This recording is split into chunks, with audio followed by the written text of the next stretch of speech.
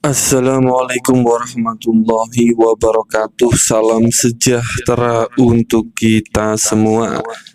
Pada kesempatan video kali ini kita akan sama-sama kembali menyimak ada informasi terbaru khusus bagi Anda keluarga penerima manfaat PKH dan BPNT yang sudah cair bantuannya di tahap kedua kemarin.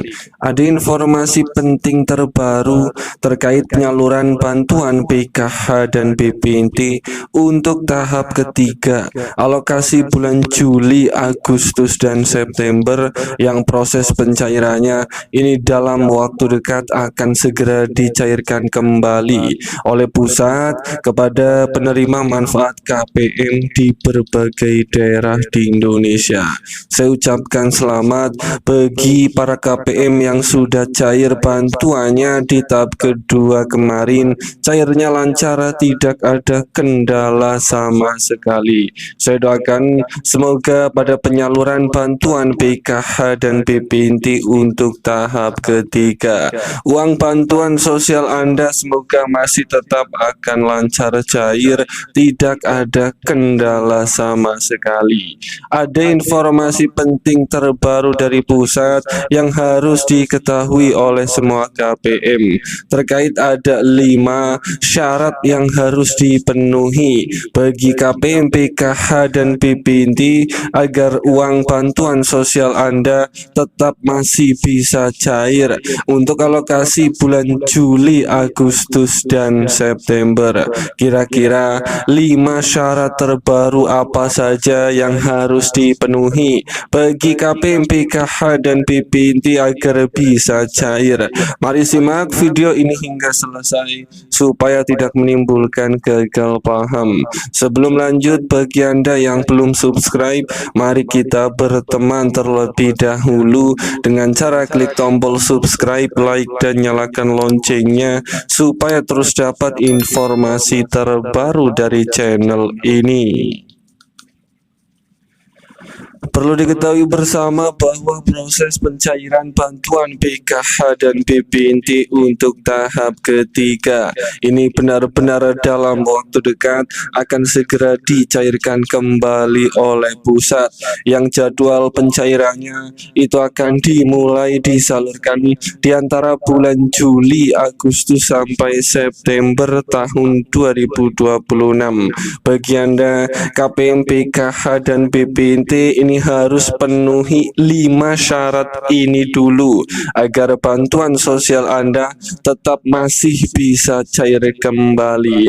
Para KPM harus tahu syarat yang pertama agar bantuan PKH dan BPNT di tahap ketiga Anda besok ini tetap masih bisa cair.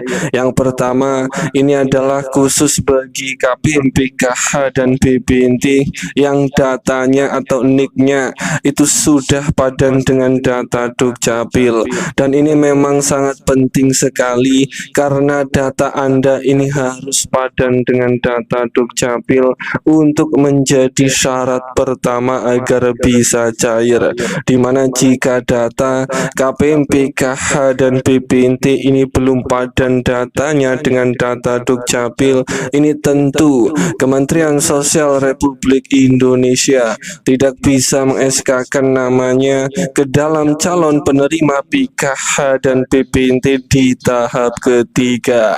Kemudian syarat yang kedua yang bisa menyebabkan KPM, PKH, dan BPNT bisa cair di tahap ketiga besok, ini khusus bagi para KPM yang masuk desil 1 sampai 4. Aturan terbaru ini diwajibkan para KPM yang masuk desil 1 sampai 4 yang bersiap bantuannya masih tetap bisa cair di tahap ketiga. Kemudian syarat yang ketiga ini adalah khusus bagi KPM, PKH yang masih mempunyai komponen di dalam keluarganya, seperti masih mempunyai komponen anak sekolah, ibu hamil, balita, atau komponen disabilitas berat maupun kategori komponen lansia tersedia. Bagi Anda KPM PKH yang masih mempunyai komponen di dalam keluarganya, ini Anda sudah berada di titik aman karena sudah memenuhi 3 syarat yang bisa menyebabkan uang bantuan sosial Anda masih bisa cair di tahap ketiga. Kemudian syarat yang keempat ini adalah khusus bagi KPM PKH dan BPNT yang datanya sudah valid. Data KPM ini tidak bermasalah, baik anomali di rekening maupun anomali di BTSN. Kemudian syarat yang terakhir yang kelima ini adalah khusus bagi KPM PKH dan BPNT yang datanya secara online itu keterangannya sudah SPM, surat perintah membayar, atau sudah berubah periode salurnya untuk alokasi bulan Juli, Agustus, dan September. Kategori KPM PKH dan BPNT inilah yang bersiap, bantuannya tetap masih bisa cair kembali di tahap ketiga. Semoga Anda termasuk, semoga ini bermanfaat. Sampai ketemu di berita lainnya.